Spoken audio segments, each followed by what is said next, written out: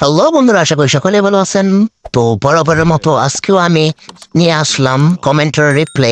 Hawker সাংবাদিককে নিয়ে একটি ভাই একটি পোস্ট করেছেন, সেখানে বলা হয়েছে মনের মতো করে এডিট করে দেও। চলেন আমরা দেখে আসি কে কি রকম এডিট করলো। বাইরে বাইরে কোন ধরনের এডিট আমি বুঝি না, জুম করে দেখতেই হবে। অস্থির সদ্য সাদা উপকারে এত সাদা কেন? যাই হোক, পরবর্তী কমেন্টে চলে যাই। ভাই এই কমেন্টে কি লিখছে ভাই? জুম করা ছাড়া আমি দেখতে পারতেছি। ওরে ভাই, হকার সাংবাদিক বলতেছে মলম লাগাতে দাও, আর বাংলার ফাটা গেস্ট বলতেছে না তোমাকে লাগাতে চাই। তাহলে এই মলম থেকে নিয়ে সবারই এত রাগ কেন বুঝি না। যাক, পরবর্তী কমেন্টে চলে যাই। রে ভাই, এটা কোন ধরনের রেডিট আমি বুঝি না। ভাই এটা তো স্বৈরাচার শেখ হাসিনার মতো লাগতেছে আমার কাছে। ভাই এরা কি মেলায় হারিয়ে যাওয়া দুই ভাই বোন নাকি? এর জন্য তো বলি এত সালার জল কেন, এত চুলকানে কেন?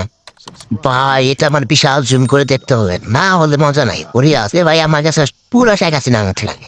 যাক, পরবর্তী কমেন্ট। তোদের মঙ্গল হোক। ওর বাবা সাধু সোমনাথ ভাই, এইটা আবার কোন ধরনের এডিট? ইন্ডিয়ার পতাকার গেঞ্জি পরা ওয়ান মিশাল ছুটতেছে, সামান দিয়ে ছুটতেছে, আবার দেখি পিস দিয়ে যায় তার পুতের ভিতরে ঢুকতেছে। অস্থির এডিট। যে এডিট করছে তাকে বাইরে ভাই গেছে বসি যেতাম। ও আস্তে আস্তে আস্তে আস্তে, আরে ভাই এটা আবার কি? এত সুমাচুমি কেন? এই দেও যত বাজুমো।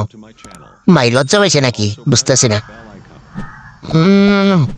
ওরে বাবা, অস্থির একটা কার্টুন বানাইছে। বাংলাদেশ থাকবে না, থাকবে না বাংলাদেশ। বাইরে এই শালারে পাইলে কে কি করতেম একটু কমেন্টে বলে যান।